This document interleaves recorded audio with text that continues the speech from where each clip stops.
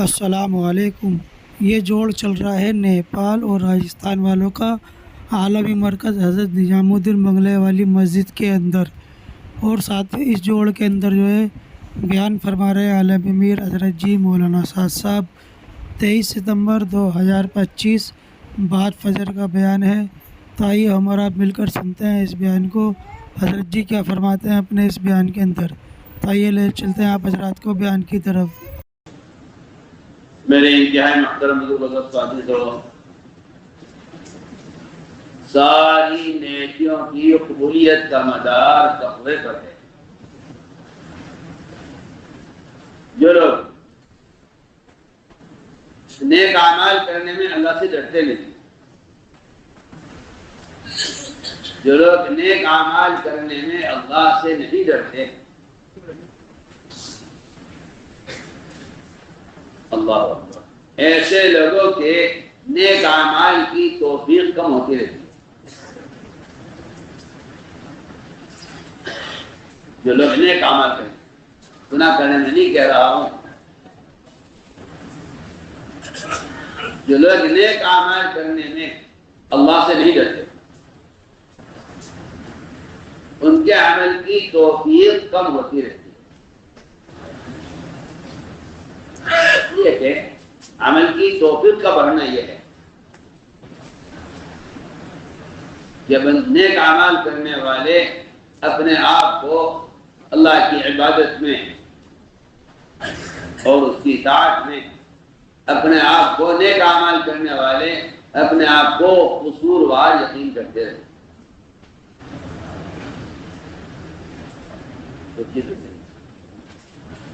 انما يتقبل الله من المتقين۔ اللہ رب العزت ان کا عمل قبول کرتے ہیں جو اپنے نیک اعمال میں اللہ سے ڈرتے ہیں۔ معلوم ہوتا ہے کہ ساری نیکیوں کی قبولیت کا مدار تقوی پر ہے، اور قبولیت کی علامت یہ ہے، قبولیت کی علامت یہ ہے کہ بندے کا جو عمل اللہ کا قبول ہو جاتا ہے، اس عمل میں بندے کو ترقی ہو جاتی ہے، اور اللہ معاف فرمائے جو عمل اللہ کی یاد سے مردود ہو جاتا ہے، ایسا عمل کرنے والے پر بھاری پڑ جاتا ہے۔ ہم نے بہت اہم بات کر رہے ہیں، جو لوگ عمل کو بگاڑ کر پیش کرتے ہیں، جو لوگ عمل کو بگاڑ کر پیش کرتے ہیں، ایسے لوگوں پر اعمال بھاری ہو جاتے ہیں۔ انہا لکبیرۃ الا علی الخاشعین، جن کے دلوں میں تقوی اور خشوع ہے ان کے لیے اعمال آسان ہو جاتے ہیں، اور جن کے دلوں میں تقوی اور خشوع نہیں ہوتا ایسے لوگوں پر اعمال بوجھ بن جاتے ہیں۔ ایسے لوگوں پر اعمال بوجھ بن جاتے ہیں۔ فرمایا کہ سارے اعمال کا مدار اور ساری قبولیت کا مدار وہ تقوی پر ہے۔ سوال یہ ہے کہ تقوی کسے کہتے ہیں؟ سوال یہ ہے تقوی کسے کہتے ہیں؟ تقوی کہتے ہیں اللہ تعالی سے تنہائی میں ڈرنے کو۔ عجیب بات ہے کہ تقوی اور حیا، تقوی اور حیا، تقوی اور حیا یہ دو ایسی چیزیں ہیں جس میں مخلوق کا کوئی دخل نہیں۔ اگر آپ کے تقوی میں مخلوق کا دخل ہے تو آپ کے تقوی میں شرک اور ریا ہے۔ اگر کوئی شخص نماز پڑھ رہا ہو،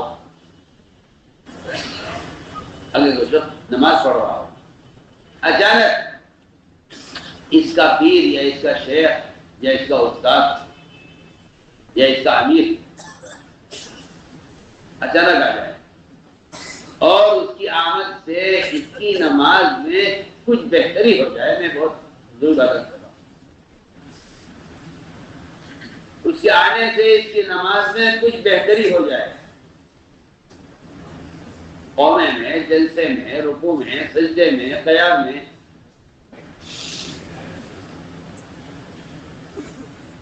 نہیں اب فرمایا کہ یہ اس کے عمل کا شرک ہے کہ اس نے کسی اپنے پیر، اپنے شیخ، اپنے مربی، اپنے استاد یا باپ کے آنے پر اگر اس نے اپنے عمل کو کچھ بہتر کر لیا ہے،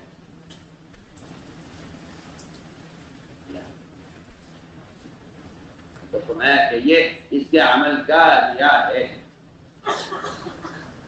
کیونکہ اس کے عمل کا جو تقویٰ ہے، جو اس کے عمل کا تقویٰ ہے، وہ اس کے عمل کا تقویٰ اللہ کے غیر کی وجہ سے ہے. یہاں تک بھی ہے کہ اگر کوئی شخص امامت کر رہا ہے، نماز پڑھا رہا ہے،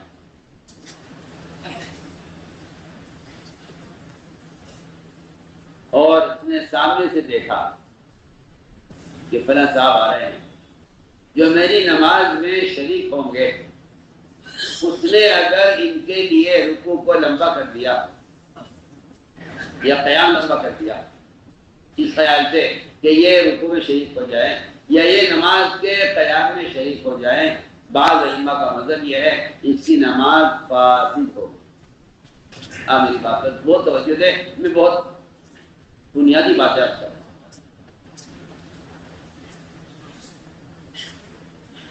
پہلے یہ سمجھانا چاہتا ہوں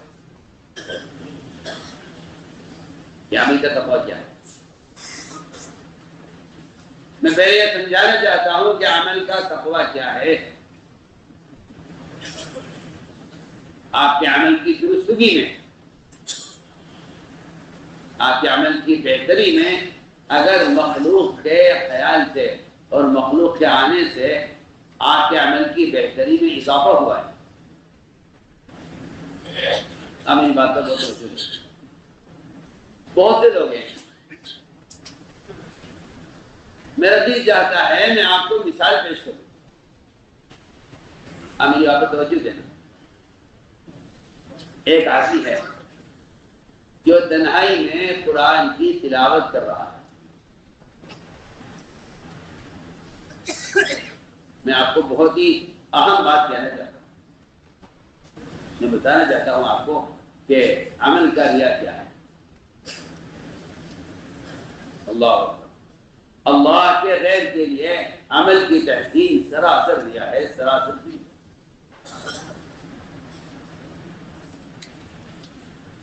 اللہ کے غیر کے لیے عمل کی تحسین سراسر شرک اور ریا ہے. میں اس کی مثال دینا چاہتا تھا. آپ میری بات کو دھیان سے سننا، میں بہت اہم مثال دینا چاہتا ہوں. ایک شخص ہے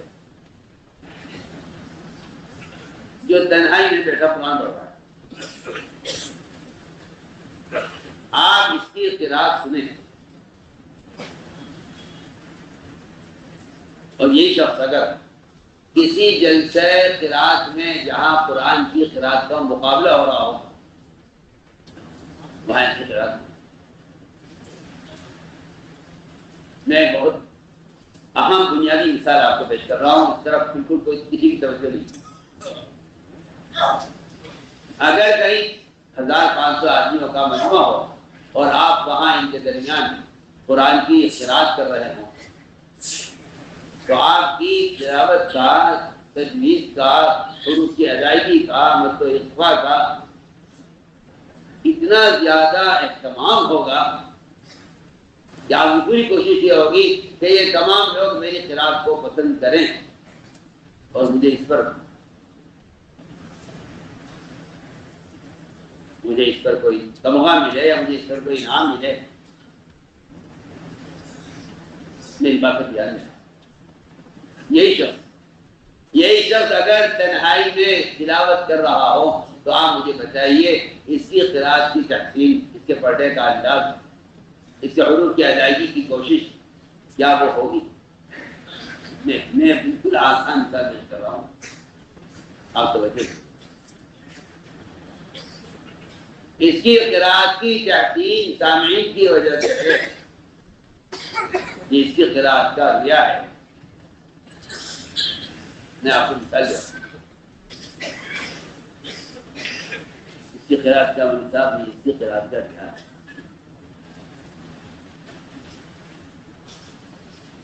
آپ توجہ دینے کیا کہتے ہیں؟ یہ اس کی قرأت کا ریا ہے کہ اگر یہ کسی جلسے میں قرأت کر رہا ہو تو پھر آپ اس کی قرأت کا انداز دیکھیے، اور اگر یہ تنہا قرآن اللہ کو سنا رہا ہو پھر آپ اس کی قرأت کر رہا ہوں. نہیں دکھا دیا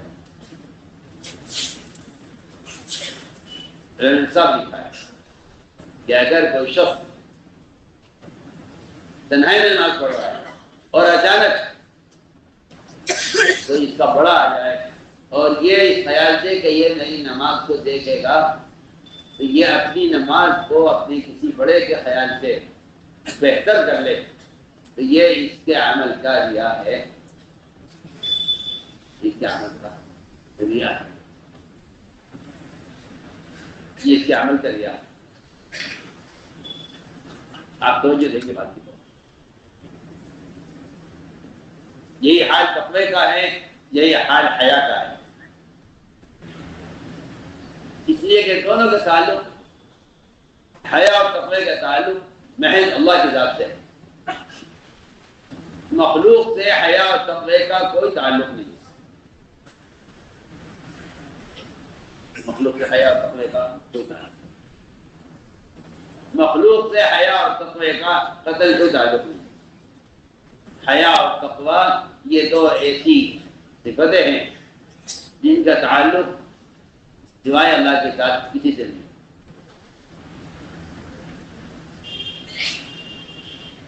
جو لوگ گناہ کرنے میں مخلوق سے شرماتے ہیں ان کی حیا میں کوئی اخلاص نہیں. ان کی حیا میں کوئی اخلاص نہیں ہے جو گناہ کرنے میں مخلوق سے شرماتے ہیں. یہاں تک کہ جو لوگ اپنے گناہ کو مخلوق سے چھپاتے ہیں ان کے گناہ سے بچنے میں بھی اخلاص نہیں ہے.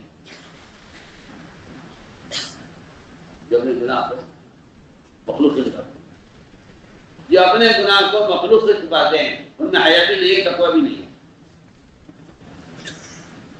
حیا بھی نہیں ہے اور تقوی بھی نہیں ہے. آپ غور کیجئے ابن عباس رضی اللہ تعالیٰ عنہ کیا فرماتے ہیں. فرماتے ہیں جو شخص کہیں چھپ کر گناہ کر رہا ہو، جو شخص کہیں چھپ کر گناہ کر رہا ہو، اچانک دروازہ کھل جائے یا ہوا سے پردہ ہل جائے، یا مزید عرض کرتا ہوں کہ اندر کسی جانور یا کسی چوہے کی وجہ سے کوئی برتن ہل جائے اور اس کو اس آہٹ اور آواز پر یہ خیال آ جائے کہ مجھے کسی نے گناہ کرتے ہوئے دیکھا تو نہیں ہے. ابن عباس فرماتے رضی اللہ تعالیٰ عنہ یہ خیال اس گناہ سے بڑا گناہ ہے جس کو وہ کروا رہا ہے. یہ خیال ہے نا، اللہ یہ خیال آنا کہ کسی نے دیکھا تو نہیں. فرمایا خیال آنا اس گناہ سے بڑا گناہ ہے جس کو وہ کر رہا ہے. کیوں؟ یہ کہ گناہ کے کرنے میں اللہ کے غیر کا خیال آنا،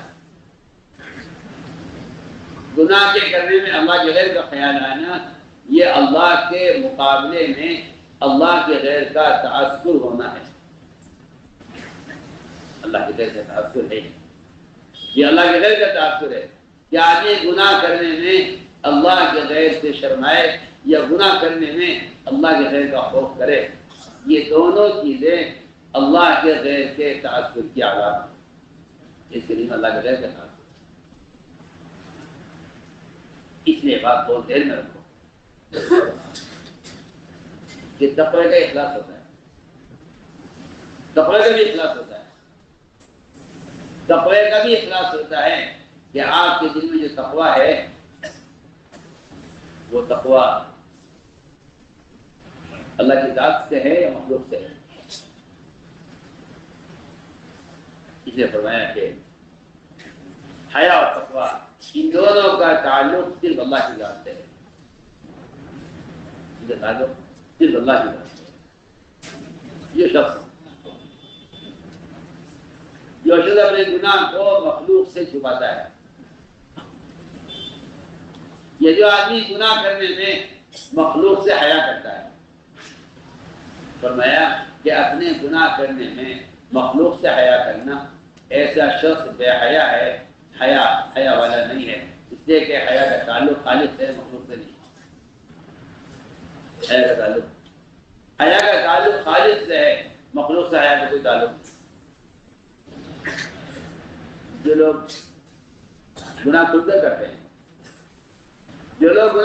کرتے ہیں، لوگ ان سے کہتے ہیں کہ بھائی ذرا لوگوں کی حیا کرو، مخلوق سے شرم کرو۔ حالانکہ اہم بات یہ ہے اور اصل بات یہ ہے کہ حیا کا تعلق مخلوق سے نہیں، حیا کا تعلق مخلوق سے نہیں۔ جو آدمی گناہ مخلوق سے چھپ کر رہا ہے، جو آدمی گناہ لوگوں سے چھپ کر رہا ہے، وہ اصل بے حیا ہے۔ دیکھیں، بے حیا وہ نہیں ہے جو گناہ کھل کر رہا ہے، بے حیا وہ ہے جو گناہ چھپ کر رہا ہے۔ بے حیا کون ہے؟ بے حیا اسے کہتے ہیں جو گناہ چھپ کر رہا ہے، وہ بے حیا ہے۔ جو گناہ کھل کر رہا ہے، اس کا تو حیا سے کوئی تعلق ہی نہیں ہے، اس لیے کہ گناہ کھل کر کرنے والا آدمی حیوان ہے، انسان نہیں، حیوان ہے، انسان نہیں ہے۔ آپ وہ چیزیں، بعض جانور ایسے ہیں، بعض جانور ایسے ہیں جو انسان کے سامنے جھکتی نہیں کرتے۔ جی ہاں، میں بہت اہم بات کرتا ہوں، بلکہ بہت کم جانور ایسے ہیں جو انسان کے سامنے جھکتی کر دیتے ہیں۔ وہ وجہ یہ ہے کہ ایسے جانوروں کا مستقل انسانوں کے درمیان رہنا ہوتا ہے، ورنہ میں آپ کو بہت اہم بات کر رہا ہوں، جنگل کے جانور جو وحشی ہوتے ہیں وہ انسانوں کے سامنے جھکتی کرنے سے شرماتے ہیں۔ ہم آپ کو بہت بنیادی بات کر رہے ہیں۔ حیوان، بعض حیوانات ایسے ہیں جو انسانوں کے درمیان میں رہتے ہیں، لیکن میں آپ کو بہت تجربے کی بات کہہ رہا ہوں کہ وہ انسانوں کے سامنے قضائے حاجت سے بھی شرماتے ہیں۔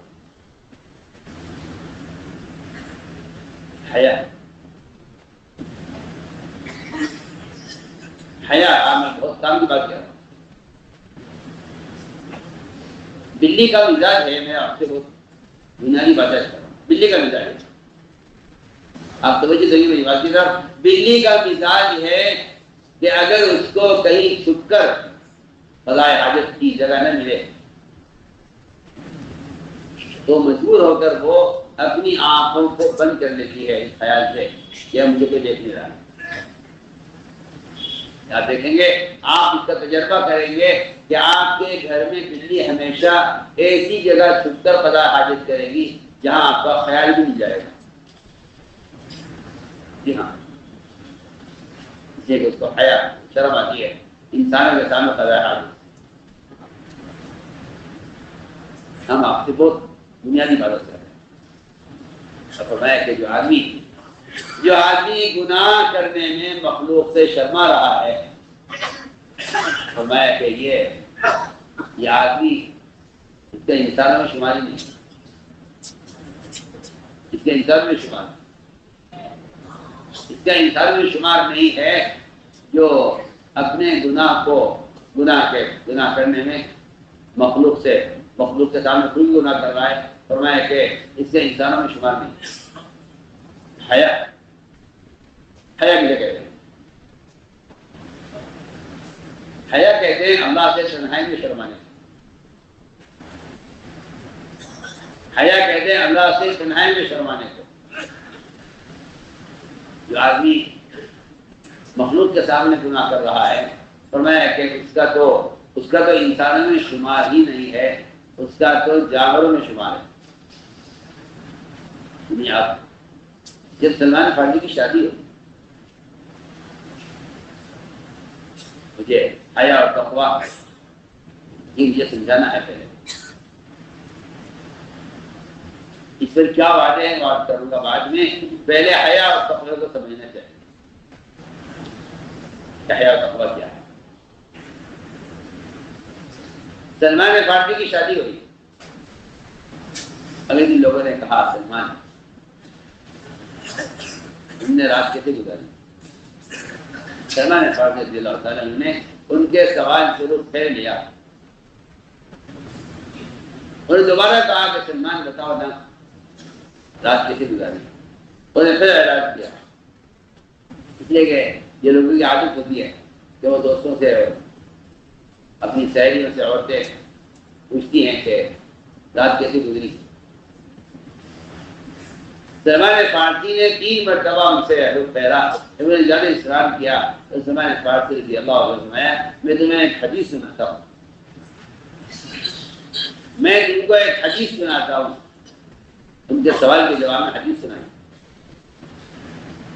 میں تم سے کوئی آدمی لایا نہیں بات کرے یا تم سے کوئی شخص محمد سوال کرے تو تمہیں چاہیے کہ اس کو ذکر میں مشغول کر دو یا خیر کام کرنے میں یا خیر کی بات کو سننے میں. اصولی بات ہے.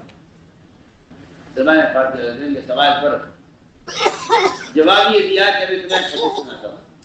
فرمایا کہ حضور اکرم صلی اللہ علیہ وسلم نے کہ جو شخص اپنی بیوی کے ساتھ رات گزارے سنت کے مطابق حلال طریقے سے اور صبح وہ لوگوں کو اپنی رات کی کارگزاری سنائے. فرمایا کہ وہ اس جانور اور گدھے کی طرح ہیں جو لوگوں کے سامنے مستی کرے. میں اس روایت سے بڑھ کے حیران ہو گیا. میں نے کہا صرف حلال طریقے سے رات گزارنے والا اگر دوستوں میں اپنی رات کے عمل کا صرف تذکرہ کر دے تو اس کو حدیث میں گدھا کہا گیا ہے. اس کو حدیث میں گدھا کہا گیا ہے جو صرف تذکرہ کر رہا ہے حلال طریقے سے رات گزار کر صرف اپنے عمل کا تذکرہ کر رہا ہے اس کو گدھا کہا گیا ہے حدیث میں. تو جو آدمی گناہ کھل کر رہا ہو وہ کتنا بڑا گدھا ہوگا کتنا بڑا جانور ہوگا.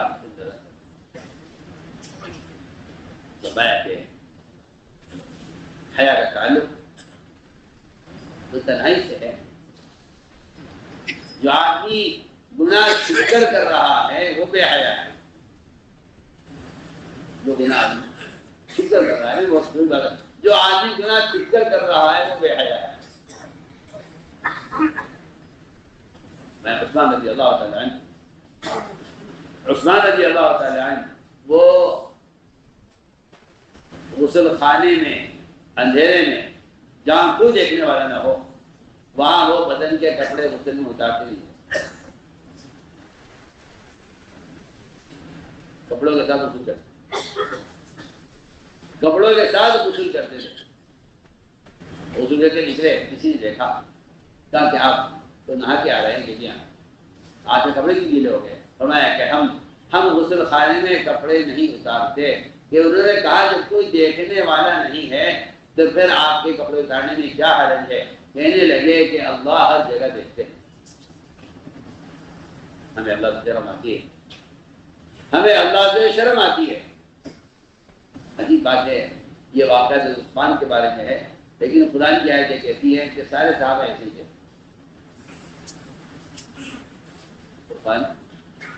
قرآن کیا ہے؟ قرآن نے صحابہ کی حیا کو ایسا بیان کیا ہے. قرآن نے صحابہ کی حیا کو بیان کیا ہے. عجیب قرآن کی آیت ہے. جس سے معلوم ہوتا ہے کہ صحابہ کرام تنہائی میں اپنی سطر کو اللہ سے چھپانے کے لیے دوہرے ہو جاتے تھے. تنہائی میں رہنا سیدھا کھڑے نہیں ہوتے تھے اللہ سے اپنی شرمگاہ کو چھپانے کے لیے. تو قرآن نے ان کی صفت بیان کی ہے. الا انہم یسنون صدورہم یستخفون منہ الا حین یستغشون ثیابہم. یہ صحابہ کی صفت بیان کی گئی ہے کہ صحابہ ایسے ہیں کہ وہ دوہرے ہو جاتے ہیں حیا کی وجہ سے. علائم یسر صدور ہم یستغفرون، اللہ سے اپنی شرمگاہ کو چھپانے کے لیے دوہرے ہو جاتے ہیں۔ یہ صحابہ کی حیا کی صورت بیان کی گئی ہے قرآن میں۔ میں نے عرض کیا کہ حیا یہ ہے اور تقوی کہتے ہیں کہ آدمی گناہ کرنے میں صرف اللہ سے ڈرے، گناہ کرنے میں صرف اللہ سے ڈرے۔ اللہ کا غیر اگر داخل ہو جائے تو پھر کہا جائے گا کہ ان کے تقوی میں کوئی اخلاص نہیں ہے، ان کے تقوی میں کوئی اخلاص نہیں ہے، کیونکہ تقوی اصل میں اللہ سے تنہائی میں ڈرنے کو کہتے ہیں۔ تقوی اللہ سے تنہائی میں ڈرنے کا نام ہے۔ چنانچہ فرمایا کہ اگر کوئی شخص، میں نے عرض کر دیا کہ اگر کوئی شخص گناہ کر رہا ہے اور اچانک کوئی آ جائے، یہ پردہ ہل جائے، ابن عباس فرماتے ہیں کہ یہ اس گناہ، یہ خیال آنا بھی اس گناہ سے بڑا گناہ ہے جس کو وہ کر رہا ہے۔ اس لیے فرمایا کہ تقوی صرف اللہ سے ڈرنے کا نام تقوی ہے، صرف اللہ سے ڈرنے کا نام تقوی ہے، جس کے تقوی میں مخلوق کو دخل نہ ہو، جس کے تقوی میں مخلوق کو دخل نہ ہو۔ اگر یہ تقوی ہو تو اللہ تعالیٰ کی اس تقوی پر 5 وعدے ہیں۔ اللہ کے اس تقوی پر 5 وعدے ہیں۔ اگر یہ تقوی ہو، اسی کو تقوی کہتے ہیں، اسی کو تقوی کہتے ہیں۔ تو اللہ تعالیٰ کی طرف سے 5 وعدے ہیں۔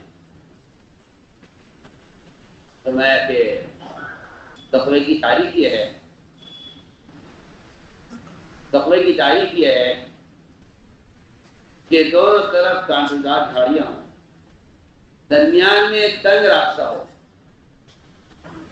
دونوں طرف کانٹے دار جھاڑیاں ہوں، درمیان میں تنگ راستہ ہو اور تیز ہوا چل رہی ہو، اور آپ اپنے ململ کی چادر اوڑھ کر نکلے یہاں سے اور اپنے کپڑے کو اس تیز ہوا میں ان کانٹوں سے بچا کر نکل جائیں تنگ راستے سے، فرمایا کہ اس سے تقویٰ کرو،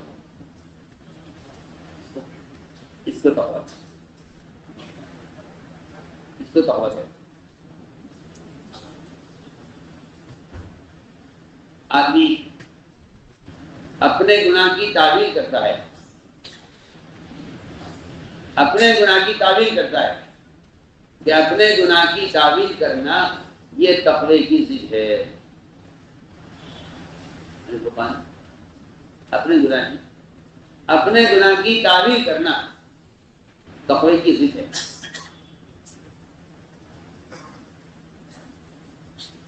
اپنے گناہ کی تعویل کرنا تقوی کی ضد ہے۔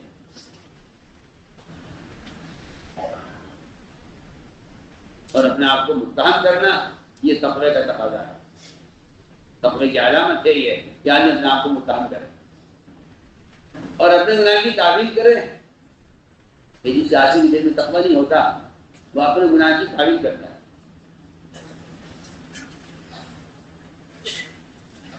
میں اس کی 2 مثالیں پیش کرتا ہوں۔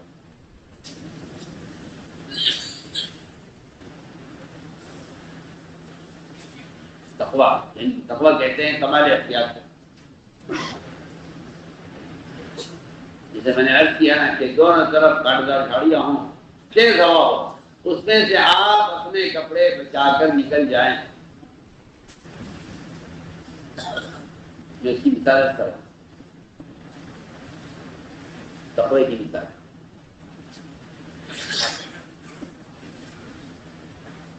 ایک وہ ہوتے ہیں جو اپنے تقوی کو اس لیے ظاہر کرتے ہیں تاکہ ان کے جرائم چھپے رہیں۔ گناہ کرتے ہیں، پھر گناہ کرنے والے اپنے تقوی کو ظاہر کرتے ہیں۔ تقوی کو ظاہر کیا جاتا ہے اپنے گناہوں کو چھپانے کے لیے۔ ایک صاحب کو ایک کئی کھجور پڑی ہوئی، اس کھجور کو اٹھایا اور اٹھا کر اس کا اعلان کیا لوگوں میں کہ بھائی یہ کھجور کس کی ہے، کھجور کس کی ہے۔ وہ اس کا اعلان کر رہے تھے، پیچھے عمر رضی اللہ عنہ تشریف لائے اور اس آدمی نے کوڑا مارا تو تربیت سے، اور فرمایا کہ تو اپنا تقوی لوگوں کو بتانے کے لیے کہ میں کتنا متقی آدمی ہوں، کہ میں اس کھجور کا اعلان کر رہا ہوں لوگوں میں کہ بھئی یہ کھجور اس کا مالک کون ہے، میں اس کو پہنچا دوں۔ فرمانے لگے کہ یہ کوئی تقوی نہیں ہے، یہ تو اپنے تقوی کو ظاہر کرنا چاہتا ہے، لوگوں کو بتانے کے لیے کہ یہ آدمی کتنا متقی ہوگا کہ یہ ایک کھجور کا بھی لوگوں میں اعلان کر رہا ہے۔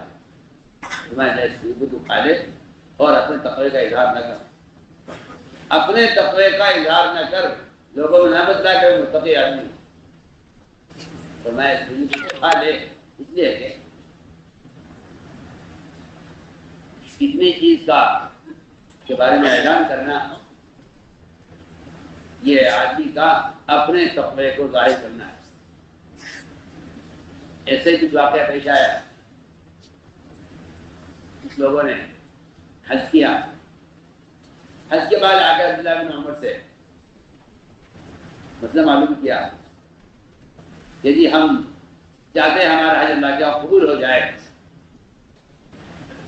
بڑا دکھ قصہ ہے، ہم چاہتے ہیں ہمارا حج اللہ کا قبول ہو جائے، ہمیں اپنے حج کی قبولیت کا فکر ہے۔ ایک نے آ کر مسئلہ معلوم کیا کہ میں نے حج میں احرام کی حالت میں ایک مچھر مار دیا ہے۔ لوگ سننے والے کہیں گے کہ اسے اپنے حج کا کتنا فکر ہے، کہ کیونکہ حاجی کے لیے جو ہے شکار جانور کو مارنے کی ممانعت ہے، اور مجھ سے احرام کی حالت میں مچھر مر گیا ہے، تو اس نے آگے ڈرائیور سے سوال کیا کہ میرے حج کا کیا ہوگا اور میرے ذمے اس کا کیا جرمانہ ہوگا۔ یہ سوال کیا، عراق سے آیا تھا، اللہ نے فرمایا کہ تم ایک مچھر کے بارے میں تو سوال کر رہے ہو، نہیں آپ ایک مچھر کے بارے میں تو سوال کر رہے ہو کہ میرے حج کا کیا ہوگا، میرے احرام کا کیا ہوگا، اور اللہ کے نبی کے نواسے کو تم نے قتل کر دیا، اس پر تمہیں خیال نہیں آیا کہ تمہاری آخرت کا کیا ہوگا۔ اور میں کہ یہ جو تقویٰ تمہارا ہے، یہ تمہارا تقویٰ یہ جرائم کو چھپانے کا تقویٰ ہے۔ ایسے تقوی والے ہوتے ہیں اور ایسے تقوی والے ہوتے ہیں کہ جو اپنے آپ کو گناہ سے متہم کرتے ہیں، اپنے گناہ کی تعمیل نہیں کرتے، اپنے گناہ کی تعمیل نہیں کرتے، اپنے گناہ سے اپنے آپ کو متہم کرتے ہیں۔ یہ واقعہ تو پیش آیا ایک مچھر کے مرنے کا، ایک مچھر کے مارنے کا عراق کے حاجیوں کے ساتھ۔ دوسرا واقعہ پیش آیا عمر کے ساتھ۔ اس لیے تقوی والے کو لوگ ہوتے تھے اور ان کے تقوی کے کیا واقعات ہیں۔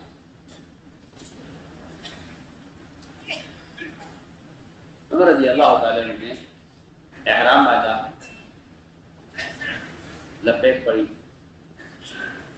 اور احرام باندھ کر آنے لگے حرم کی طرف، تو وضو کا تقاضا ہوا، وضو کے لیے احرام اتارا اور احرام اتار کر انہوں نے ایک کھٹی پر لٹکایا، اس کھٹی پر کبوتر بیٹھا ہوا تھا۔ انہیں خیال یہ ہوا کہ یہ احرام پر نہ کر دے، احرام کو خراب نہ کرے، انہوں نے اس کھٹی پر جب احرام لٹکانے لگے تو وہ کبوتر کھٹی سے اڑا اور دوسری دیوار پر کھٹی لگی ہوئی تھی اس پہ جا کر اس کھٹی پر پہلے سے سانپ بیٹھا ہوا تھا، اس سانپ نے کبوتر کو ڈس لیا، یہ کبوتر مر گیا۔ عمر رضی اللہ تعالیٰ نے فقہا کو جمع کیا، علماء کو جمع کیا اور فرمایا کہ بتلاؤ میرے احرام کا کیا ہوگا، میں ذریعہ بنا ہوں ایک کبوتر کے مرنے کا، میں نے اس کو یہاں سے اڑایا ہے، اگر میں احرام نہ لٹکاتا تو یہاں سے نہ اڑتا اور جا کے خود ہی مرنا بیٹھتا جس پر پہلے سے سانپ بیٹھا ہوا تھا. حالانکہ تمہیں تو نہیں معلوم تھا کہ یہاں سانپ ادھر بیٹھا ہوا ہے, یہ بھی معلوم نہیں تھا کہ وہاں جا کر بیٹھے گا. حضرت نے فرمایا کہ مجھے مسئلہ بتاؤ کہ میرے حرام میں کیا ہو. لوگوں نے کہا عمر آپ پر کچھ نہیں ہے. حضرت علی خاموش تھے. فرمایا علی آپ کو خاموش آپ بتائیے. یہاں عمر ہمارا خیال تو یہی ہے کہ تم ذریعہ بنے ہو اس کبوتر کی ہلاکت کا احرام کی حالت میں, لہٰذا تم پر جنایت ہے. میں تو آپ کو بتانا چاہتا ہوں کہ لوگ اپنے گناہ کی دعوی نہیں کرتے تھے, اپنے گناہ کی تحقیق کرتے تھے, اپنے گناہ کو ثابت کرتے تھے. اپنے گناہ کی تحقیق, اپنے گناہ کو ثابت کرتے تھے کہ مجھ سے گناہ ہوا ہے. تو مجھے عرض کرنا تھا کہ سب سے اہم بنیادی صفت تقویٰ ہے جس پر ساری نیکیوں کا مدار ہے. التقویٰ ملاک الحسنات, جتنی بھی بڑی چھوٹی نیکیاں ہیں ان سب کا مدار تقوی پر ہے. اور قرآن نے یہاں تک کہہ دیا ہے کہ ان نیکیوں کی قبولیت کا مدار بھی تقوی پر ہے. انما یتقبل اللہ من المتقین. تو فرمایا کہ اس کو تقویٰ کہتے ہیں, اس کو تقویٰ کہتے ہیں. تقوی پر اللہ کی طرف سے 5 وعدے ہیں. تقوی پر 5 وعدے. پہلا وعدہ یہ ہے کہ ہم متقی کے نکلنے کا راستہ بنائیں گے, چاہے راستہ کھلنا کتنا بھی ناممکن ہو جائے. اللہ اکبر. اگر 7 آسمان اور زمین آپس میں ملا دیے جائیں, 7 آسمان اور زمین آپس میں ملا دیے جائیں اور اس درمیان میں کسی کو گناہ میں مبتلا کیا جائے اور وہ بچ کر اس گناہ سے بچنا چاہے, وہ اس گناہ سے بچنا چاہے تو اللہ کی قسم اللہ تعالیٰ 7 آسمان زمین میں سے اس کے نکلنے کے راستہ بنائے. ہم یہ بات یاد کر رہے ہیں کہ اس زمانے میں مسلمان کے پاس گناہ کرنے کے لیے, اللہ کے احکام کو توڑنے کے لیے, گناہ کرنے کے لیے اور احکام کو توڑنے کے لیے مسلمان کے پاس قانون ایک عذر مل گیا ہے اس کو. حالانکہ میں آپ سے بے تکلف کہتا ہوں کہ قانون نہ کوئی عذر ہے, نہ کوئی اصول ہے, نہ کوئی اللہ کا ضابطہ ہے.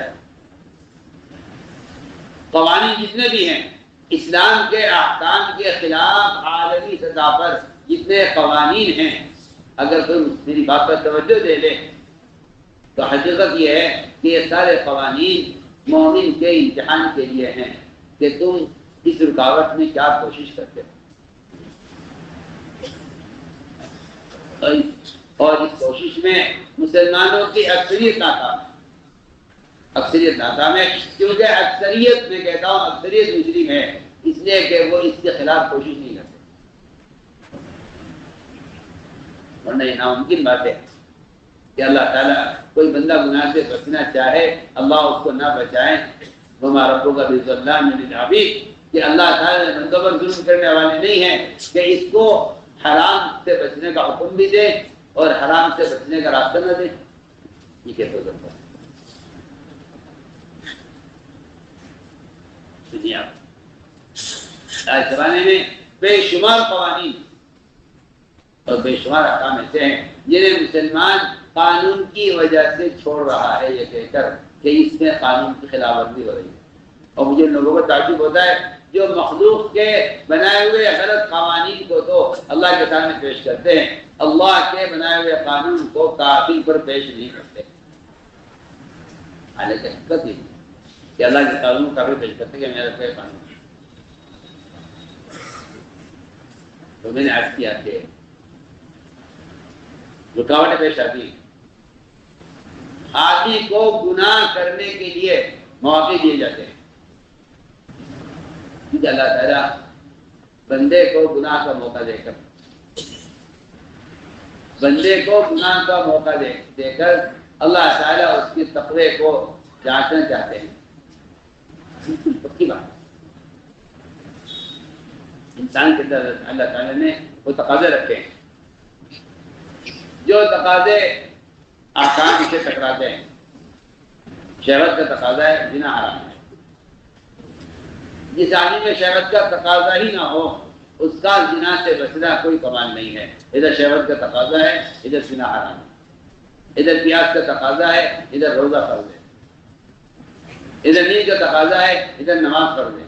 ہم دیکھنا چاہتے ہیں کہ جب تمہارے طبعی تقاضوں میں ہمارا حکم مقابل آتا ہے تو تم اس کے لیے کیا کوشش کرتے ہیں؟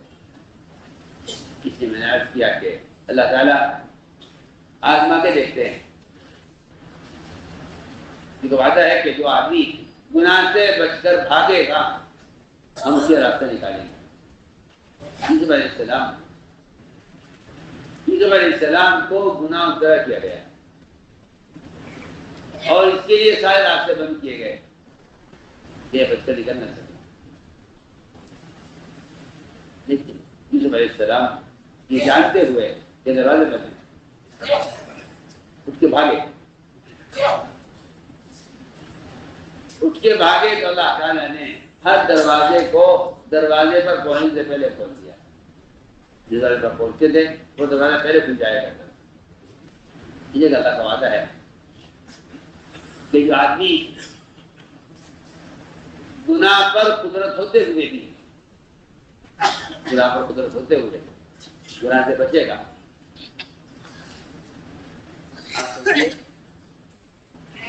اللہ تعالیٰ نے 3 آدمیوں کا امتحان لیا، یعنی اللہ دیکھنا چاہتے ہیں کہ اگر میں ان پر کوئی مصیبت کوئی رکاوٹ لے آؤں تو یہ اس سے نکلنے کے لیے کیا راستے اختیار کرتے ہیں۔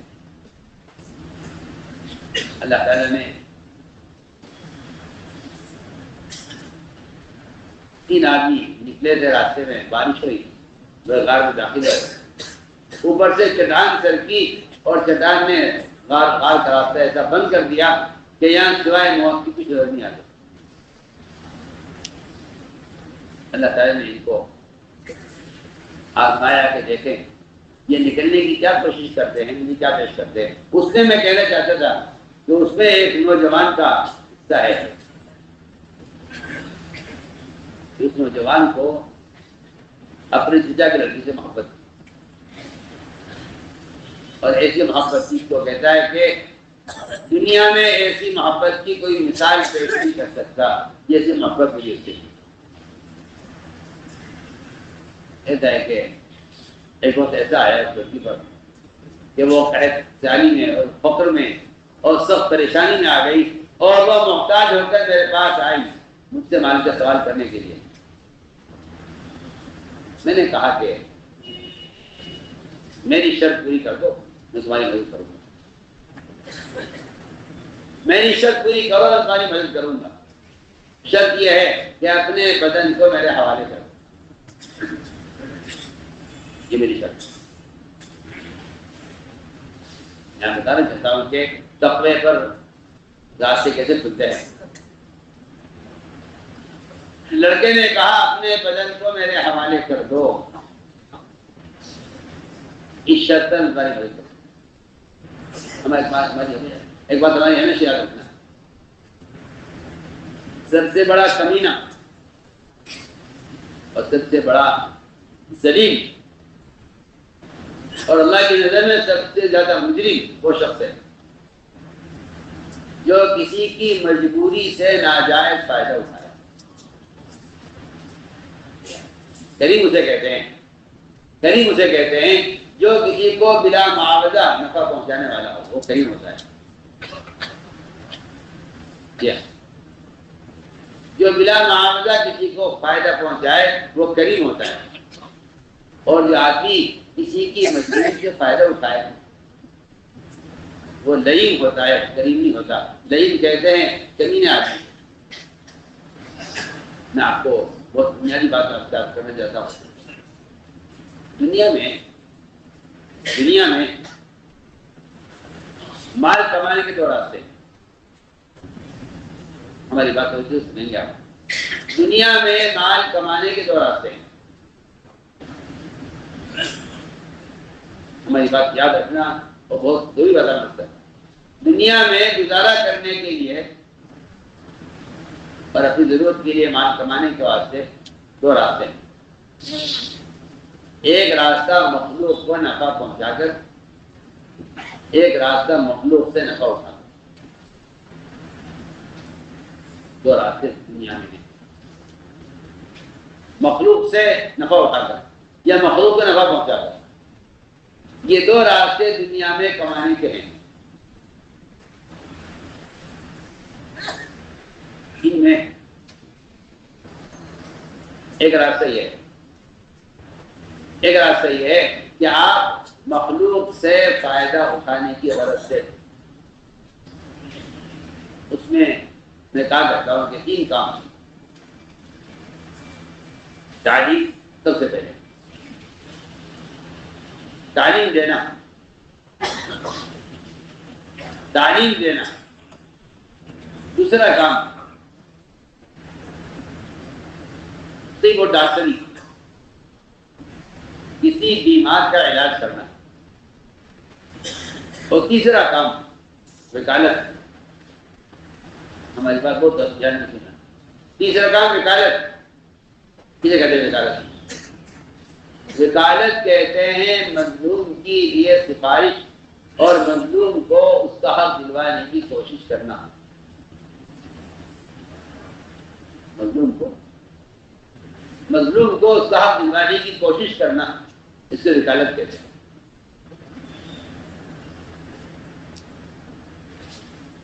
یہ تینوں کام ایسے ہیں کہ ان تینوں کاموں میں انسان مجبور ہے۔ بیمار مرض سے پریشان ہے، جاہل اپنی جہالت سے پریشان ہے، اور مظلوم ظالم سے پریشان ہے۔ آپ توجہ دیں گے میری بات کی طرف۔ مظلوم ظالم سے پریشان ہے، ظلم سے، اور جاہل جہل سے پریشان ہے، اور بیمار اپنے مرض سے پریشان ہے۔ یہ تینوں وہ قسمیں ہیں، مظلوم، جاہل اور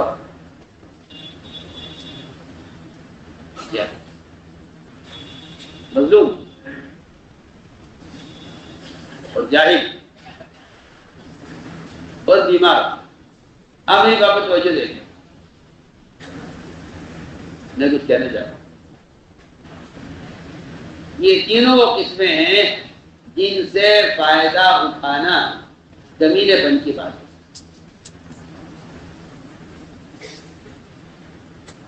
اس لیے کہ یہ تینوں چیزیں انسان کی ایک ایسی بنیادی ضرورت ہے۔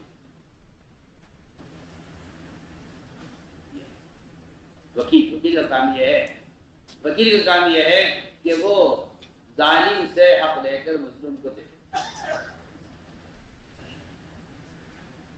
ابن عباس رضی اللہ تعالیٰ عنہ اعتکاف چھوڑ کر نکلے مسجد سے۔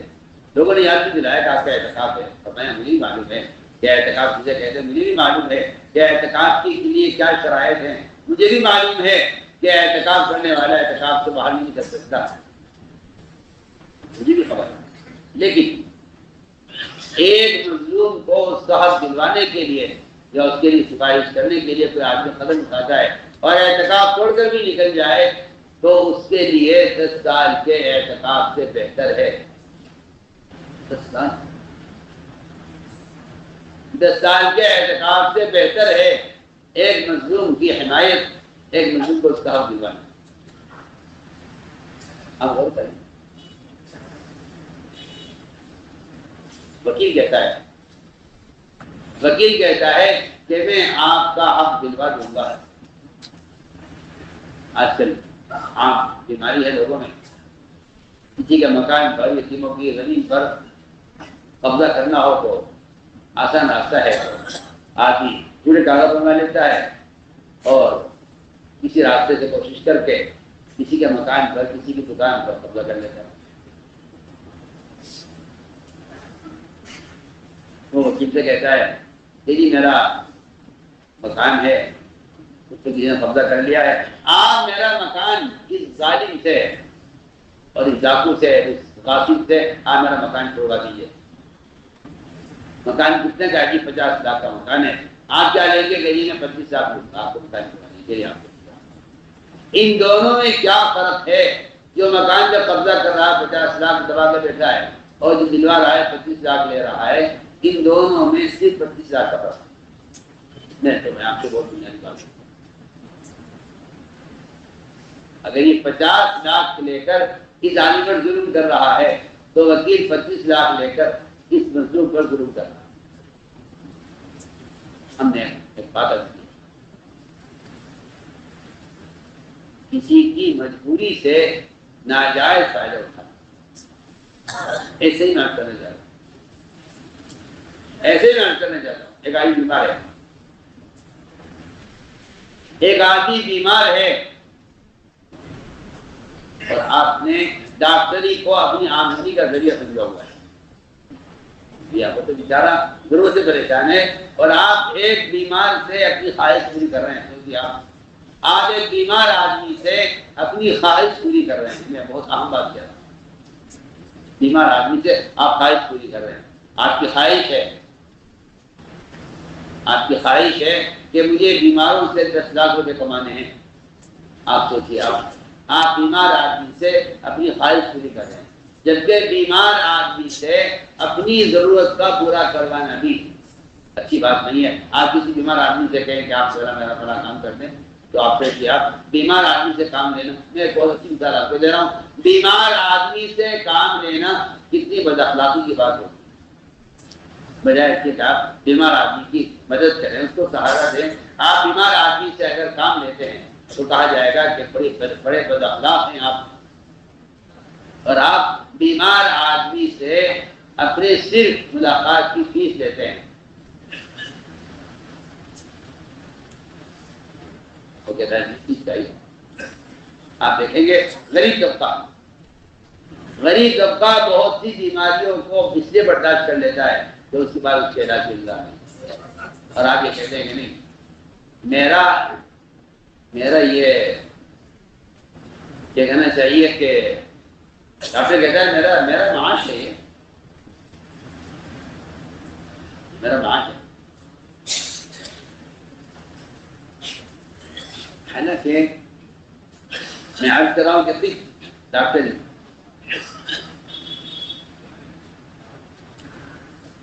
یہ کمانے کا، میری بات شاید سمجھنے نہ آئے کسی کے، یہ کمانے کا ذریعہ نہیں تھا، یہ خرچ کرنے کا راستہ، یہ خرچ کرنے کا راستہ ہے کہ میں ایک بیمار کے کام آؤں، میرے ذریعے سے ایک آدمی کو میرے ذریعے سے صحت ہو جائے، یہ کہتا ہوں کہ یہ کمانے کا نہیں، یہ خرچ کرنے کا راستہ ہے۔ تو میں نے عرض کیا کہ ڈاکٹر کہتا ہے یہ میری فیس ہے۔ حالانکہ ایک بیمار سے ناجائز فائدہ اٹھانا، ایک بیمار آدمی سے ناجائز فائدہ اٹھانا، ایک واقعہ پیش آیا ہے کہ علاقے میں عجیب و غریب واقعہ ہے، بہت عبرتناک واقعہ ہے۔ دماغ کا سب سے بڑا ڈاکٹر، اتنا ماہر تھا دماغ کا، لیکن مزاج یہ تھا اس کا کہ جب تک اس کے ہاتھ پر آپ فیس نہیں رکھیں گے وہ مریض کی نظر ہاتھ میں رکھے۔ آپ پہلے فیس لائیے اور فیس دے کر آپ اپنے دماغ کا بڑا اسپتال اس میں بیٹھا ہوا تھا۔ اچانک ایک کیس آیا، کسی نے آ کر کہا کہ نوجوان بے ہوش ہے، جو سڑک پر پڑا ہوا ملا ہے اور اس کے ایکسیڈنٹ ہو گیا ہے۔ ہم گزر رہے تھے وہاں سے، اس کو اٹھا لائے ہیں، خبر نہیں کون ہے، اور ڈاکٹر سے کہا کہ آپ فوراً، اس کے سر میں چوٹ ہے، آپ فوراً اس کو دیکھیں۔ اس نے کہا کہ آپ پہلے جائیے فیس جمع کیجیے، پرچہ بنوائیے۔ اس نے کہا جی آپ پرچہ آج پیسے آ جائیں گے، ان کا بار بار کچھ نہیں، ہم تو اس کو سڑک سے اٹھا کر لائے ہیں، سڑک پر پڑے ہوئے کو اٹھا کر لائے ہیں، 22 سال کے جوان لڑکا ہے، آپ اس کو دیکھ لیں۔ پہلے میں نہیں دیکھتا، آپ پہلے فیس دیکھیں۔ یہ بیٹھا رہا، لوگوں نے اصرار بھی کیا. انہوں نے پھر دیر ہو گئی تھی, کہیں سے انتظام کر کے کسی سے لے کر اس کو اس کی فیس پکڑائی. تب وہ اٹھ کر آیا دیکھنے کے لیے, اور جیسے ہی اس نے اس نوجوان کو دیکھا کہ ڈاکٹر بے ہوش ہو گیا. لوگوں نے کہا کیا بات پیش آ گئی؟ وہ لوگوں نے کہا کہ یہ اس کا جوان لڑکا ہے اور ایک ہی ایک اس لڑکا, اس کی کوئی اولاد نہیں سوائے اس ایک بیٹے کے. جی ہاں, اس انتظار میں وہ آدمی, اس کا جوان لڑکا دنیا سے چلا گیا. اور وہ اس نے کہا میں فیس کے بغیر کسی کو دیکھتا نہیں ہوں, اللہ نے عبرت کے لیے اس کی اولاد کو اس کے سامنے خلل کر کے دکھلایا ہے. ہم آپ کو اللہ اکبر. وہ تو جو لوگ انسانوں کی نفع رسانی کے لیے کوشش کرتے ہیں, اللہ تعالیٰ ان کے لیے آمدنی کے وہ راستے کھول دیتے ہیں جس کا وہ تصور بھی نہیں کر سکتا. اس لیے کہ انسان کے نزدیک صرف کمانے کا ذریعہ لوگوں سے فائدہ اٹھانا یہ تجارت کا تصور بن کر رہ گیا. حالانکہ لوگوں کو نفع پہنچانے کی غرض سے کسی عمل کا کرنا, یہ تو اللہ تعالیٰ کے خزانوں سے براہ راست تعلق پیدا کر سکتا ہے. جو لوگوں کی نفع رسانی کے لیے دنیا میں کوئی تجارت بھی کرتے ہیں, اللہ تعالیٰ ان کے لوگوں کو نفع رسانی کے ارادے کی وجہ سے ان کے لیے تجارت کے وہ راستے کھول دیتے ہیں جن کا تعریف تصور بھی نہیں کر سکتا. میں نے آپ کو مثال دی ہے, ایک حصے کو مثالیں ملتی ہیں کہ جس میں آدمی دوسرے سے نفع اٹھانے کا ارادہ کر لیتا ہے, تو اللہ تعالیٰ کو یہ چیز پسند نہیں ہے کہ کسی مجبور آدمی کی مجبوری سے ناجائز فائدہ اٹھایا جائے. میں نے عرض کیا یہی بات تعلیم کے ساتھ ہے, اور یہی بات میں عرض کر چکا ہوں کہ وکالت کے لیے بھی یہ وکالت کا مطلب ہوتا ہے کسی مظلوم کی حمایت کر کے ظالم سے حق چھین کر مظلوم کو دینا, اس کو وکالت کہتے ہیں. ایک آدمی بیچارہ اپنا حق چھوڑ دیتا ہے اس خیال سے کہ اس حق سے حاصل کرنے میں جو اخراجات ہیں میں اس کو برداشت نہیں کر سکتا, لہذا وہ اپنا حق چھوڑ دیتا ہے اس لیے کہ اس کے پاس اپنے حق کے لینے کا انتظام نہیں ہے. وکیل کہتا ہے آپ کا مکان دلوا دوں گا لیکن 25 لاکھ روپے میں دوں گا. یہ ایک مجبور آدمی سے ناجائز فائدہ اٹھانا تیری کہتے ہیں چاہیے. میں نے آپ کو مثال پیش کی تو میں عرض کر رہا تھا کہ اس لڑکی نے اپنے آپ کو لڑکے کے حوالے کر دیا. اللہ اکبر. یہ جوان کہتا ہے میں اپنی چچا کی لڑکی کی ٹانگوں کے درمیان بیٹھ گیا اور مجھے کوئی روکنے والا نہیں تھا, نہ مجھے کوئی دیکھنے والا تھا, مگر میں نے صرف اے اللہ تیرے خوف سے یہ کام نہیں کیا. یہاں کوئی مجھے دیکھنے والا, روکنے والا, ٹوکنے والا کوئی نہیں تھا. میں نے صرف تیرے خوف سے یہ کام نہیں کیا. اے اللہ میں اس گناہ سے صرف تیری وجہ سے بچاؤں. اور میں نے مزید یہ کیا کہ میں نے وہ مال اس کو دے دیا. اس نے کہا بھی مجھ سے کہ تیری تو جو ہے شرط پوری نہیں ہوئی تو یہ مجھے کیوں دے رہا ہے؟ کہا کہ میں یہ کام نہیں کروں گا, یہ مال کیوں لے جائے. اے اللہ میں نے اس پر احسان کیا ہے اور تیرے حکم کی وجہ سے اور تیرے خوف کی وجہ سے میں نے اس سے یہ گناہ نہیں کیا. اے اللہ کی خدا نہ ڈالے. ہمیں نہیں کہا, روایت میں ہے اس کے اس تقوی پر چٹان سرکی. میں کر رہا تھا کہ اللہ تعالیٰ کا وعدہ ہے کہ جو آدمی تقوی اختیار کرتا ہے ہم اس کے نکلنے کے لیے راستہ بنا دیتے ہیں. اس کے نکلنے کے لیے راستہ بنا دیتے ہیں.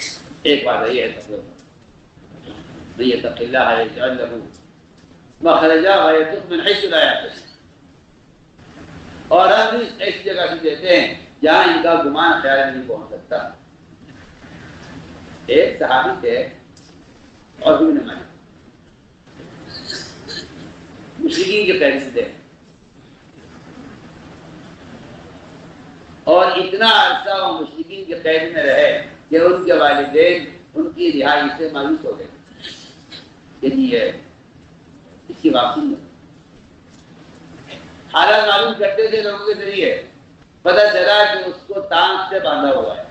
تانت ایک ایسا مضبوط رسی ہوتی ہے کہ جو ٹوٹتی بھی نہیں ہے، کٹتی بھی نہیں ہے، میں کہ اس سے ان کو بات ہوگا آ کر کے رسول اللہ میرا بیٹا آؤ، وہ مشرکین کی قید میں ہے اور میں اس کی رہائی سے مایوس ہو چکا ہوں، کیا کروں؟ آپ نے فرمایا کہ عوف کو اتنی خبر پہنچا دو کسی طرح کہ وہ لا حول پڑھا کرے، لا حول ولا قوت الا باللہ العلی العظیم۔ ان کلمات کو زمانے میں سے مسلمان، اللہ مجھے معاف فرمائے، کچھ سمجھتا ہی نہیں ہے، بلکہ کچھ مزاج ایسا بن گیا کہ آدمی وہاں لا حول پڑھ لیتا ہے جہاں اس کی مرضی کے مطابق کام نہیں ہوتا، جو بات جو چیز ناپسند ہوتی ہے اس پہ لا حول پڑھ لیتا ہے، اسے پتہ ہی نہیں ہے کہ لا حول ولا قوت الا باللہ یہ ان کلمات کا اللہ کیا کیا درجہ ہے۔ اللہ اکبر۔ فرمایا کہ یہ عرش کے خاص خزانے سے یہ کلمات نکال کر لائے گئے ہیں، اور بلکہ حدیث میں آتا ہے کہ جو آدمی لا حول کی کثرت کرتا ہے، جو آدمی لا حول کی کثرت کرتا ہے، اللہ حدیث میں فرمایا اللہ اس پر سے نقصان کے 99 دروازے بند کر دیتے ہیں۔ اللہ اس پر سے نقصان کے 99 دروازے بند کر دیے جاتے ہیں اس شخص پر جو لا حول کی کثرت کرتا ہے۔ اور فرمایا اگلی حدیث کا ٹکڑا یہ ہے کہ اس میں سب سے ادنا اور چھوٹا دروازہ رنج اور غم ہے۔ بظاہر بات ہے کہ آدمی اگر رنج اور غم ہوتا ہے تو آدمی جو ہے رنج اور غم سے پریشان ہو جاتا ہے۔ فرمایا کہ سب سے ادنا دروازہ یہ ہے اس کا کہ رنج اور غم آدمی کا ختم کر دیا جاتا ہے جو آدمی لا حول کا اہتمام کرتا ہے۔ فرمایا کہ آپ نے کہ اس سے کوئی لا حول پڑھے، اسے لا حول پڑھی، دانت ٹکڑے ٹکڑے ہو گیا اور کھل گیا، یہ وہاں سے اٹھے، باہر نکلے، سارے مشرکین سو رہے تھے اور ایک جنرل کی اونٹی بیٹھی ہوئی تھی جو اس پر سوار ہو کر باہر نکلے تو سارا میدان اونٹوں سے بھرا ہوا، سارا میدان اونٹوں سے بھرا ہوا تھا۔ انہوں نے ایک اشارہ کیا، وہ سارے اونٹ ان کے ساتھ ہو گئے، یہ سب کو لے کر اپنے گھر پہنچے۔ ماں نے کہا مجھے بیٹے کی آواز معلوم ہوتی ہے، باپ نے کہا بیٹے سے آنے سے تو مایوس ہو جاؤ، وہ تو چھوٹ نہیں سکتا مختار کے ہاتھ سے۔ دروازہ کھولا تو اور ابن مالک رضی اللہ تعالیٰ وہ اونٹ پر سوار سارے اونٹوں کو لے کر یہاں پہنچے۔ اللہ نے اتنی بڑی مالیت کے ساتھ ان کو کفار سے رہائی دی ہے لا حول کے پڑھنے پر۔ اس پر آیت نازل ہوئی، من یتق اللہ یجعل له مخرجا ویرزقه من حیث لا یحتسب، کہ یہ آدمی تقوی اختیار کرتا ہے ہم اس کو رزق ایسی جگہ سے دیتے ہیں جہاں اس کا گمان خیال نہیں پہنچ سکتا۔ ایک وعدہ یہ ہے تقوی کا کہ اللہ تعالیٰ متقی کے کام میں آسانی پیدا کر دے، دنیا میں آسانی پیدا کر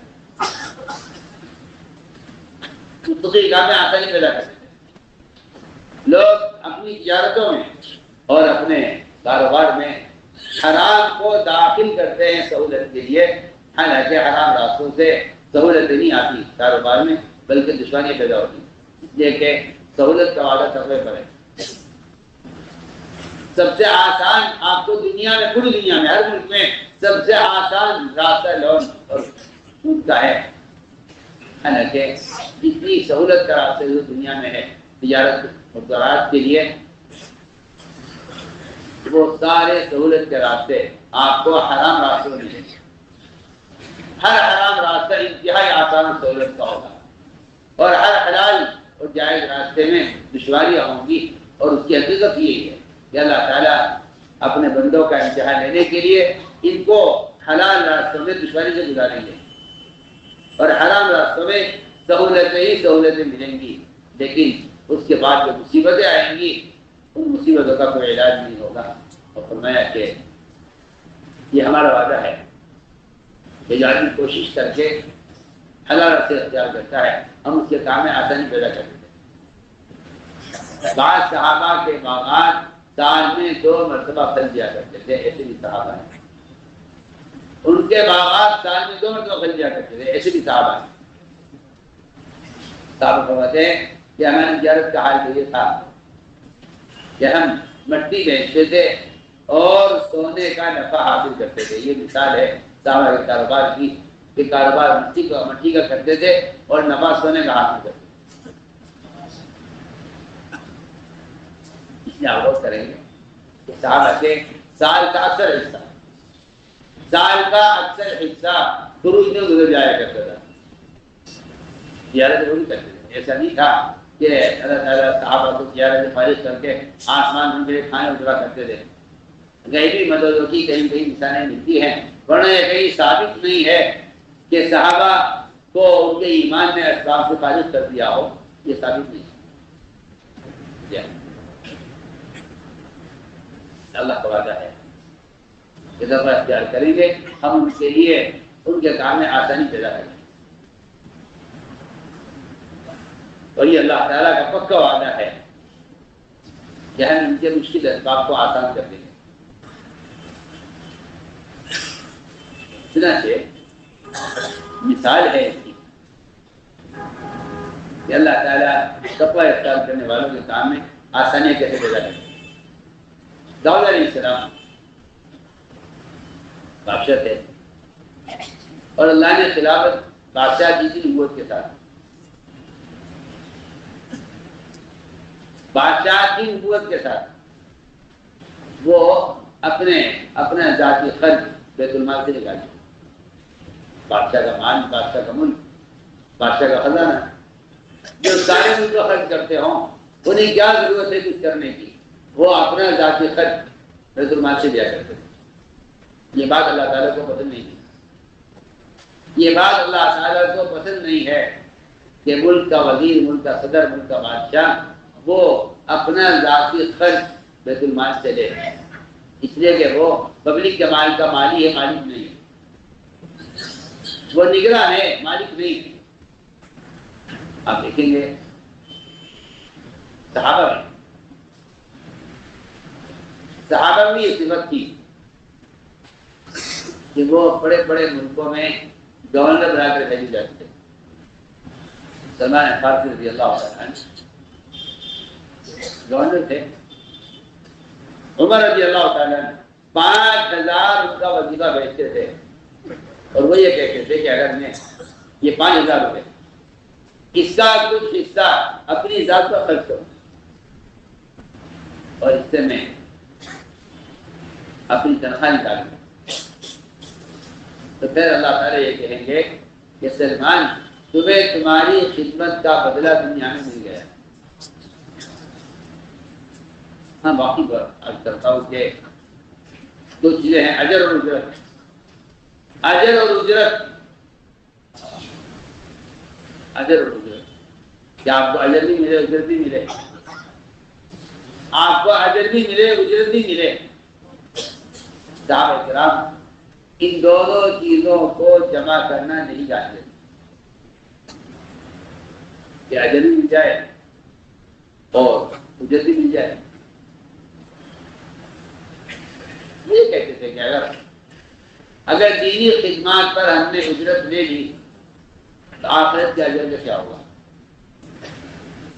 حالانکہ اس میں کوئی شک نہیں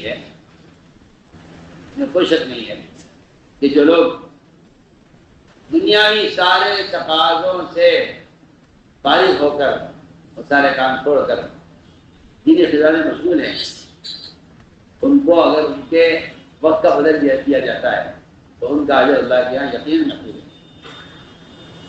دیکھیے صحابہ کرام کا مقام، ان کا درجہ، اس لیے کہ صحابہ نے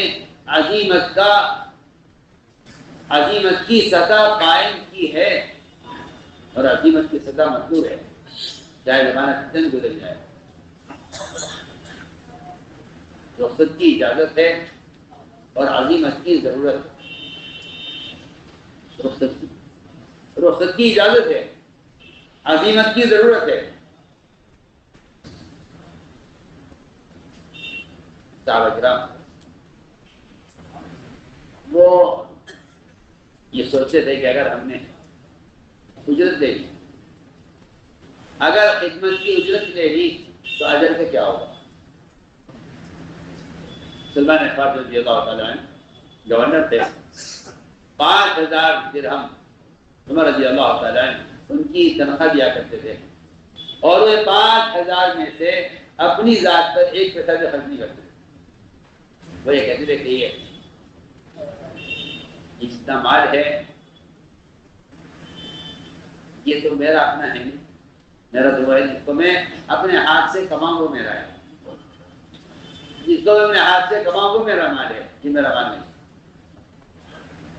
چنانچہ وہ گورنر ہوتے ہوئے کھجور کی سوکھی پتیاں تلاش کرتے تھے، ان سے ٹوکرے بناتے تھے، ان ٹوکروں کو بیچتے تھے، ان سے جو آمدنی ہوتی تھی اس سے اپنے گھر کا ذاتی خرچ بھی نکالتے تھے اور اس میں سے لوگوں پر صدقہ کیا کرتے تھے.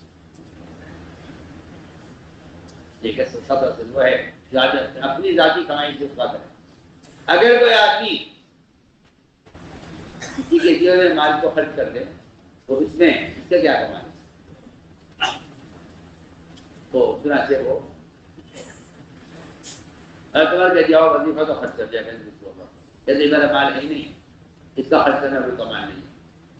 کچھ ٹوکرے بنا کر اس کی پتیوں کو سے اور ان کو بیچ کر اس سے جو آمدنی ہوتی تھی اس سے گھر کا خرچ نکالتے تھے اور اس میں سے صدقہ کیا کرتے تھے. چلو یہ ہے اصل میرا مال، یہ ہے وہ میرا مال جس کو میں نے خود کمایا ہے.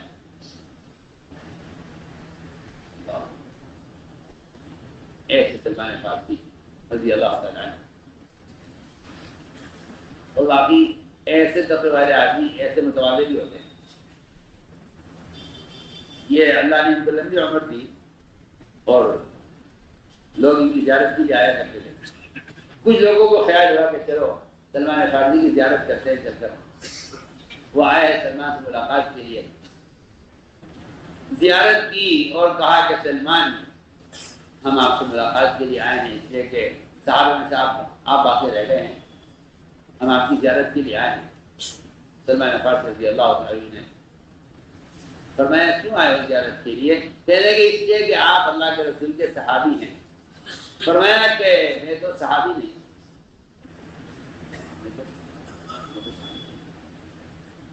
میں تو صحابی نہیں ہوں. آپ نے صحابی ہونے کا انکار کیا انہوں نے، سلمان فارسی رضی اللہ عنہ، کہ وہ صحابی ہیں کہ جب آپ ان سے مشورہ کرتے تھے تو کوئی تیسرا شریک نہیں ہوا کرتا تھا.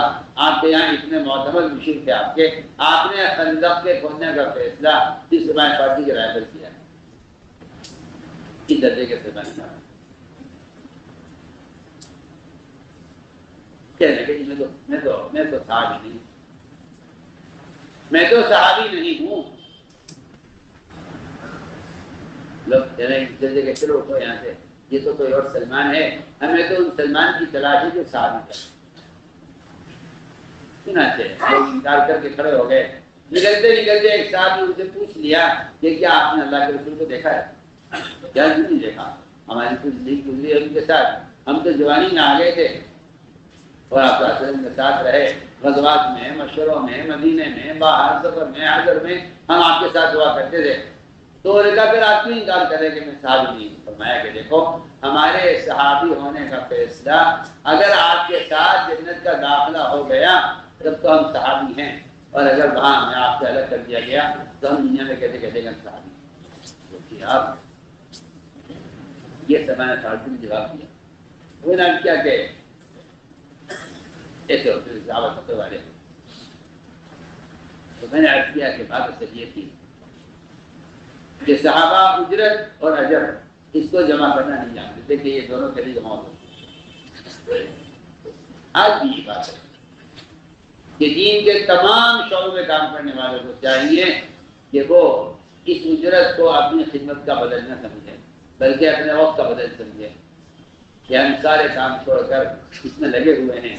اس لیے ضرورت کے لیے اجرت کا لینے سے انشاءاللہ اجر ضائع نہیں ہوگا، لیکن عظیمت کی بات اپنی جگہ ثابت ہے. رخصت ضرورت کو پورا کر دیتی ہے، لیکن رخصت اور عظیمت میں ٹکراؤ نہیں ہے. جو آدمی ٹکراؤ پیدا کرے گا وہ دین کا نقصان کرے گا. یہ بات آپ نے یاد رکھیے. رخصت عظیمت میں کبھی ٹکراؤ نہیں ہے، اور عظیمت کی بات کرنا انسان کی اور لوگوں کی استعداد سے اونچی چیز نہیں ہے. یہ بھی آپ یاد رکھیے گا. یہ زمانے کا دھوکہ لگا ہے لوگوں کو کہ عظیمت کی بات مت کرو کیونکہ لوگوں میں اس کی استعداد نہیں ہے. میں کہتا ہوں صرف عظیمتی ایک ایسا فریضہ ہے اور عظیمتی ایک ایسا امر ہے جس کی وجہ سے مسلمان باقی رہے گا. اگر عظیمت کی بات نہیں ہے تو دین کھیل بن جائے گا. تو میں نے عرض کیا کہ یہ ایک وعدہ ہے کہ جو آدمی تقوی اختیار کرتا ہے ہم اس کے سامنے آسانی پیدا کر دیتے ہیں. داؤد علیہ السلام اپنا ذاتی خرچ دیتے تھے اور اپنا بیس بدل کر پھرتے تھے لوگوں میں اور لوگوں سے معلوم کرتے تھے کہ بھئی یہ داؤد جیسا آدمی ہے. اس جگہ مخلص وہ ہوتا ہے جو اپنی اصلاح کے لیے تنقید پسند کرتا ہے اور ریاکار وہ ہوتا ہے جو اپنے لیے تعریف پسند کرتا ہے. یہ ریاکار مخلصین کا فرق ہے. ریاکار تعریف پسند کرے گا, ریاکار تعریف پسند کرے گا اور مخلص آدمی تنقید پسند کرے گا. اور ریاکار آدمی کو تنقید برداشت نہیں ہوتی, ریاکار کو تنقید برداشت نہیں ہوتی اور مخلصین کو تعریف کرنا برداشت نہیں ہوتا. تو میں کہ اگر تمہارے لوگوں کی تعریف کرے تو تم اس کے منہ میں مٹی جھونک دو. یہ مطلب یہ ہے کہ اس کے منہ میں اتنی مٹی ڈال دو کہ وہ بات نہ کر سکے, حالانکہ مٹی پھنس جائے اور اس کو جو ہے بات نہ کر سکے. وہ یہی مطلب ہے حدیث کا. اصل حدیث کا مطلب یہی ہے اذا رأيتم المداحين فاعطوا في وجوههم التراب. حدیث ہے کہ اگر تمہارے سامنے کوئی تمہارے کو تعریف کرے تو مٹی لے کر اس کے منہ میں بھر دو تاکہ وہ بول نہ سکے اور اس کے حلق میں مٹی پھنس جائے اور وہ تمہاری تعریف نہ کر سکے. یہی مطلب ہے روایت, یہی مطلب روایت کا, یہی مطلب روایت کا ہے. ورنہ جو لوگ تعریف کرنے والوں کو مال دے دیتے ہیں وہ تعریف کرنے والوں کا اکرام کرتے ہیں. اس سے وہ تعریف کرنے والے تعریف میں اور مبالغہ کرتے ہیں کیونکہ ان کا تعریف کرنا وہ ان کے لیے ایک مدد کا ذریعہ بن کر رہ جاتا ہے. اس سے فرمایا کہ اصل معنی یہی نہیں. اس کے جن لوگوں نے ایک معنی کر دیا ہے کہ ہاں تعریف کرنے والوں کو اس مال دے دیا کرو کہ یہ مال کا سوال کرنے کے لیے تعریف کر رہے ہیں, تو میں سمجھتا ہوں کہ نہیں. روایت کا اصل مطلب یہ بنتا ہے کہ مداحین کے منہ میں مٹی جھونک دو تاکہ یہ تمہاری تعریف کرنے میں بول نہ سکے. یہ کنایا ہے ان کو خاموش کرنے سے, یہ کنایا ہے ان کو خاموش کرنے سے. اس لیے کہ آدمی کے اندر تعریف کے سننے سے عجب پیدا ہوتا ہے اور تنقید کے سننے سے اصلاح ہوا کرتی ہے. لیکن ایک اصولی بات یاد رکھنا ہماری ہمیشہ, اگر آپ کا دوست تعریف کر رہا ہو آپ کی تو اس کا کوئی اعتبار نہیں ہے, اور اگر آپ کا دشمن تنقید کر رہا ہے آپ پر تو اس دشمن کی تنقید کا بھی کوئی اعتبار نہیں. دشمن کی تعریف کرنے سے, دشمن کی تعریف کا اعتبار کرنا چاہیے کہ دشمن کی تعریف کر رہا ہے, آپ صلی اللہ علیہ وسلم کی تعریف آپ کے دشمن کیا کرتے ہیں. اور اگر کوئی دوست تنقید کرے تو آپ کی دوست کی تنقید کا اعتبار ہے, دوست کی تنقید کا اعتبار ہے, تعریف کا کوئی اعتبار نہیں ہے. دشمن کی تعریف کرنے کا اعتبار ہے, دشمن کی تنقید کا کوئی اعتبار نہیں. اگر ایک آدمی آپ کو تنقید کر رہا ہے دشمن ہے تو آپ کوئی پرواہ نہ کریں اس کی, کیونکہ وہ تنقید دشمنی میں کر رہا ہے. اور اگر کوئی آپ کا دوست آپ کی تعریف کر رہا ہے تو آپ اس سے متاثر نہ ہوں, اس لیے کہ وہ آپ کا دوست طریقے سے تعریف کر رہا ہے. میں نے عرض کیا کہ داؤد علیہ السلام نے پوچھا ایک آدمی کو اندھیرے میں اپنے بیس بدل کر اپنی آواز کو بدل کر پوچھا کہ داؤد کیسا آدمی ہے. وہ اللہ کی شان فرشتہ کھڑا ہوا تھا, یہ پہچان نہیں سکے فرشتہ ہے انسان ہے. اس نے اس سے پوچھا کہ داؤد کیسا آدمی ہے. انہوں نے کہا ہاں آپ تو اچھا ہے, بڑے روزے دار ہیں اور نیک آدمی ہیں اور بڑے منصف ہیں, لیکن کمی یہ ہے اپنا ذاتی خرچ بیت المال سے لیتے ہیں. اسی وقت طے کر لیا کہ آج کے بعد مجھے بیت المال سے زیادہ خرچ نہیں لینا, بیت المال سے ذاتی خرچ نہیں لینا ہے. اسی وقت طے کر لیا. اللہ اکبر، اللہ سے پھر سوال کیا کہ اللہ کیا کروں، کون سا کام؟ دیکھیں اللہ مجھے معاف فرمائے، اس زمانے میں یہ مزاج بنایا جا رہا ہے بڑی قوت سے کہ جو لوگ دین کا کام کر رہے ہیں ان کو تو دنیا سے فارغ ہو جانا چاہیے۔ وہ ان کا خیال یہ ہے کہ دین کے کام میں مشغولی اور دین کے کام میں مشغول رہنا دنیا کی مشغولی سے بہتر ہے، اور دنیا کا تو مسئلہ حل ہو جائے گا کسی طرح، یا آپ کی ضرورتوں کو پوری کر دے گا، آپ دین کے لیے فارغ ہو جائیے۔ مجھے ایسا کوئی ثبوت صحابہ میں کہیں ملتا نہیں ہے کہ کوئی کسی صحابی کو دین کے کام کے لیے فارغ کر دیا گیا ہو، اس کا کوئی ثبوت ملتا نہیں۔ عمر امیر المؤمنین ہیں، اللہ اکبر، آدھی دنیا پر حکومت ہو رہی ہے عمر کے زمانے میں۔ آپ سوچیے، آپ آدھی دنیا پر آدمی حکومت کر رہا ہو، وہ ایک دن بازار کو اور تجارت کو دیتا ہو، ایک دن مسجد کو دیتا ہو، اپنے ساتھی کے ساتھ انہوں نے ایک دن کی بائی لگا رکھی ہو بازار کی اور مسجد کی، ایک دن پورا اپنی حضرت عمر کا مسجد میں گزرے گا، اور اگلا دن بازار کے تقاضوں کے ساتھ مسجد کے تقاضوں کے ساتھ، ان کے ساتھی کا ایک دن پورا بازار میں گزرے گا، ان کا پورا دن مسجد میں گزرے گا۔ یہ انہوں نے اپنے ساتھی کے ساتھ، وہ خلافت کے زمانے میں تجارت کرتے تھے۔ عمر رضی اللہ عنہ، صدیق رضی اللہ عنہ کو بہت کہا لوگوں نے، وہ شورا کے مجبور کرنے پر تجارت چھوڑی ہے انہوں نے، ورنہ وہ خلیفہ ہوتے ہی اپنے مونڈے پہ چادر ڈال کے بازار کی طرف چلے تھے۔ پوچھا امیر آپ کہاں جا رہے ہیں؟ کہا کہ بچوں کے لیے کمانے کے لیے جا رہا ہوں۔ کندھے پر چادریں ڈال کر بازار کی طرف نکلنا ابو صدیق رضی اللہ عنہ کا، جن کے بارے میں اس پر اتفاق امت کا کہ آپ نبی کے بعد سب سے افضل امتی ہیں۔ لیکن چلے تجارت کے لیے کہاں جا رہے ہیں؟ تجارت کریں گے؟ انہوں نے یہ نہیں کہا کہ تجارت آپ کے لیے مناسب نہیں ہے، یہ کہیں ثابت نہیں، یہ نہیں کہا تجارت آپ کے لیے معیوب ہے، اس لیے کہ آج کل کے بہت سے لوگ ایسے ہیں جو بعض کاموں کو کرنے کو اپنے لیے عیب سمجھتے ہیں۔ مجھے اس بات پر تعجب ہوتا ہے، میری بات آپ کو بری نہ لگے، مجھے اس پر تعجب ہوتا ہے کہ آج کل کے علماء تجارت کے پڑھانے کو تو اپنا کام سمجھتے ہیں اور تجارت کرنے کو اپنا کام نہیں۔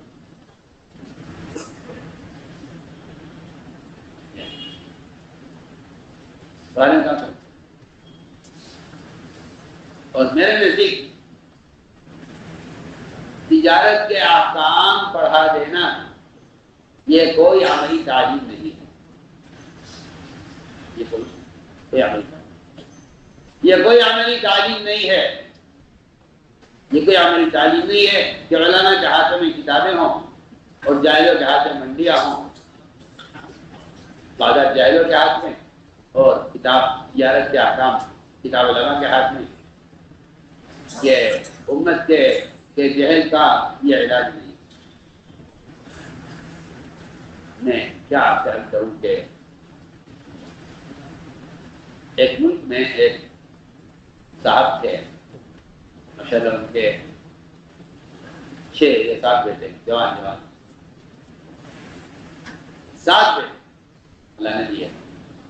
مجھ سے مشورہ کیا کہ میں کیا کروں ان کا؟ میں نے کہا انہیں پڑھاؤ، عالم بناؤ۔ خود آدمی وہ اتنی بڑی فیکٹری کا مالک ہے کہ دواؤں کی فیکٹری ہے اور دنیا بھر میں دوائی جاتی، بڑے بڑے مالک ان سے دوائیں خریدتے ہیں۔ دنیا کی یعنی قیمتی ترین فیکٹری اس کا مالک۔ میں نے کہا چلو سب بیٹوں کو عالم بناؤ، مفتی بناؤ۔ اور اس سب کے بعد پھر ان کو اس فیکٹری کا سارا نظام ان کو سکھلاؤ. انہوں نے ہمت کی.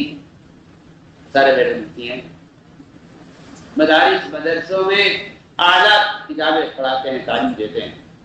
دارالفتاء کچھ سنبھالا ہوا ہے اور ان کے لیے لازم ہے یہ کہ وہ 6 سے 7 گھنٹے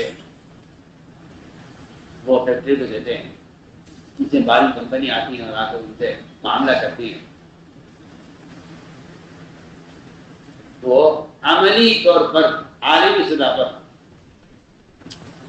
بغیر سود کے, بغیر کسی غبن کے, بغیر کسی ملاوٹ کے سارا یورپ سارا انگریز ان سے متاثر ہے کہ یہ کس قسم کے لوگ ہیں. یہ کہ عملی تجارت بازار میں ہونا یہ تو نہیں ہو سکتا جب تک تجارت کی تعلیم دینے والے عملی تجارت پیش کریں.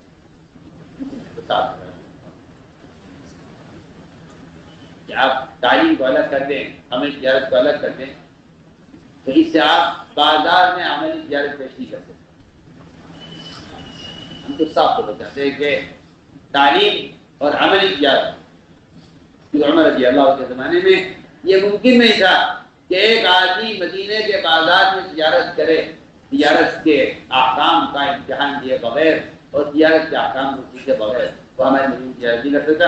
اس لیے کہ ہم تجارت کی تعلیم مدرسے میں نہیں دینا چاہتے, ہم تجارت کی تعلیم بازار میں دینا چاہتے ہیں. جہاں کے احکام ہیں وہاں سکھلائے جائیں گے. عدالت کے احکام وکالت کی تعلیم میں نہیں سکھلائے جاتے ہیں. عدالت کے احکام عدالت میں سکھلائے جاتے ہیں. علی رضی اللہ تعالیٰ اپنے مد مقابل یہودی کو لے کر آئے تھے عدالت میں, اور عدالت کے جج نے حضرت علی کے خلاف فیصلہ کیا تھا. وہاں اس یہودی نے کلمہ پڑھا. اس نے کہا کہ آپ کے یہاں جو وکالت پڑھائی جاتی ہے اور جج بنائے جاتے ہیں وہ اسکولوں میں تعلیم نہیں بنائے جاتے.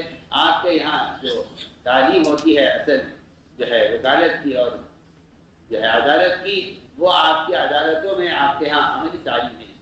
اس یہودی نے پورا کلمہ پڑھا. ان جب دیکھا کہ حضرت علی کے خلاف فیصلہ ہو رہا ہے میرے حق میں, اس نے کہا کہ لا الہ الا اللہ. آپ کی عدالت وہ انبیاء والی عدالت ہے اور آپ کی عدالت صحابہ, آپ کی عدالت انصاف والی عدالت ہے. اس یہودی نے کلمہ اس پر پڑھا ہے کہ علی رضی اللہ تعالیٰ کے خلاف عدالتی فیصلہ ہوا. ہم کیا احتیاط کرتے ہیں کہ ہم تو سارے شعبے جتنے بھی ہیں دنیا کے, ان سارے شعبوں میں علماء کو عمل یہ پر اتارنا چاہتے ہیں. تو میں نے تو ساری بات اس پر عرض کی ہے کہ کوئی بھی عمل, کوئی بھی کام معیوب نہیں ہے. داؤد علیہ السلام نے پوچھا اللہ سے کہ اللہ کیا کروں. اللہ نے فرمایا کہ داؤد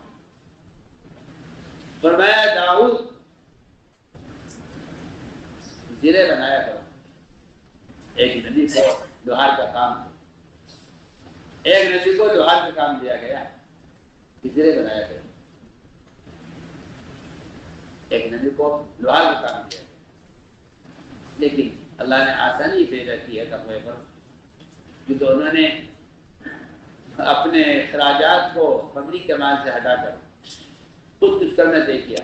تو اللہ تعالیٰ نے اس ارادے پر ان کے لیے لوہے کو ایسا کر دیا جیسا گوندھا ہوا آٹا ہوتا ہے. حضرت الحدیث اس لوہے کے نرم ہونے کا جو اصل راز ہے اور سبب ہے وہ اصل یہ تھا کہ داؤد علیہ السلام نے بیت المال سے امن راجہ خزینہ بند کر نہیں آ سکتا. ایک وعدہ یہ ہے کہ اللہ تعالیٰ متقی کے لیے اس کے اسباب میں سہولتیں پیدا کر دیتے ہیں. تیسرا وعدہ یہ ہے کہ جو آدمی اپنے رخ کو پھیرتا ہے حرام سے حلال کی طرف, اللہ تعالیٰ اس کے پچھلے گناہ معاف فرما دیتے ہیں.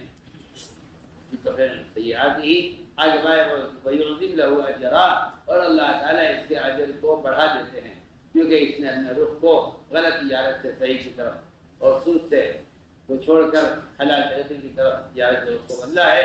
اللہ تعالیٰ پچھلے گناہ معاف کر دیتے ہیں اور آگے اس کی مجاہدے پر اس کے اجر کو بڑھا دیتے ہیں. یہ 5 وعدے اللہ نے تقوی پر کیے. میری شروع سے آگے کہ ساری نیکیوں کا مدار تقوی پر ہے. اسے تقوی پیدا کرو، اور تقوی پیدا کرنے کے لیے مسلمان کو تقوی کا کلمہ دیا گیا ہے. اللہ نے کلمہ لا الہ الا اللہ کو تقوی کا کلمہ فرمایا ہے، اور مومن کو اس کا حقدار کہا ہے. یہ مومن اس کا حقدار ہے. مومن اس کلمہ لا الہ الا اللہ کا اہل ہے اور اس کا حقدار ہے. اس لیے فرمایا کہ اس کلمہ لا الہ الا اللہ کو اس کو دعوت میں لاؤ. اس کے تقاضوں کی طرف لوگوں کو بلانا ہی خدا کی قسم صرف ایمان کو بڑھنے کا سبب. کلمے کے تقاضوں کی طرف لوگوں کو بلانا، یہ لا الہ الا اللہ محمد رسول اللہ کے ساتھ عرض کرتا ہوں کہ یہ دونوں کلمے امر بالمعروف و نہی عن المنکر، امر بالمعروف و نہی عن المنکر، یہی سب سے بڑا کلمے کا تقاضا ہے. اسے کلمے کے زندانی ہی ہیں. منکرات سے اپنے آپ کو بچانا، معروفات پر عمل کرنا، یہ کلمے کے زندانے ہیں. جس کو بخاری فرماتے ہیں کہ یہ جنت کی چابی ہے، اور چابی کے لیے زندانے ہوتے ہیں، اس کے بغیر تالا کھل نہیں سکتا. اس لیے کلمہ لا الہ الا اللہ، اس کے زندانے وہ اللہ تعالیٰ کے احکام. اس لیے ہمیں اتنا ایمان سیکھنا ہر مومن کے دل میں فرض عین ہے جتنا ایمان مومن کو حرام کرو. جتنا ایمان سیکھنا ہر مسلمان کے دل میں فرض عین ہے جتنا ایمان مومن کو حرام کرو. اس لیے میرے دوست ایمان کی تکمیل کا جو بنیادی سبب دیا گیا ہے وہ ہے دعوت اللہ. اس کے بغیر تو ایمان کی تکمیل ہونا ممکن نہیں ہے. قرآن اس سے بھرے ہوئے ہیں کہ ایمان کی تکمیل اصل دعوت سے ہے، اور دعوت امر بالمعروف و نہی عن المنکر کی عملی محنت ہے. بھلائی کو حکم کرنا، برائی سے روکنا، اس کی عملی محنت دعوت ہے.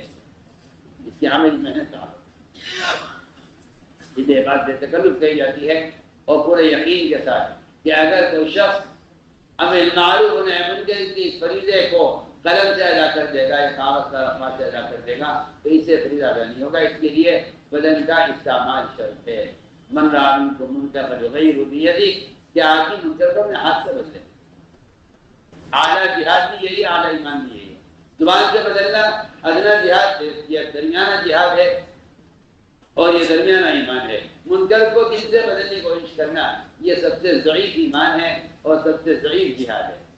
اور اگر خدا نہ کرے گناہ دیکھتے ہوئے ہوتا ہوا دیکھ کر اگر آپ ہی کو اس کو بدلنے کی کوشش نہ کرے اپنی دعاؤں کے ذریعے، تو ایسے مسلمان کے دل میں ایمان کا ذرہ بھی نہیں ہے. یہ ہر آدمی مسلمان میں خود ہی غور کرے. اس سے میں دل سے عزم کرو کہ انشاءاللہ ہمیں اس کے ذریعے اپنے یقینوں کو بدلنا ہے، اور یہ تقوی پیدا کرنا ہے جو اللہ سے تنہائی میں ڈرنے لگے. اس کے لیے اپنا آپ کو پیش کروں.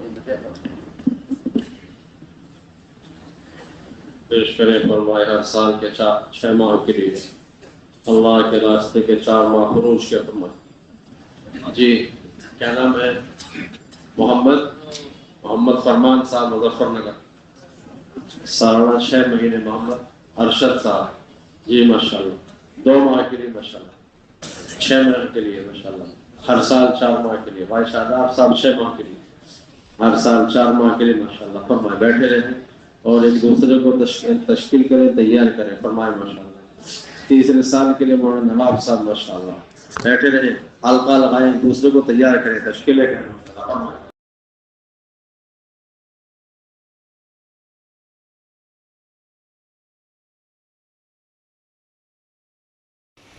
تو ساتھ تھا بیان عالمی امیر حضرت جی مولانا سعد صاحب کا.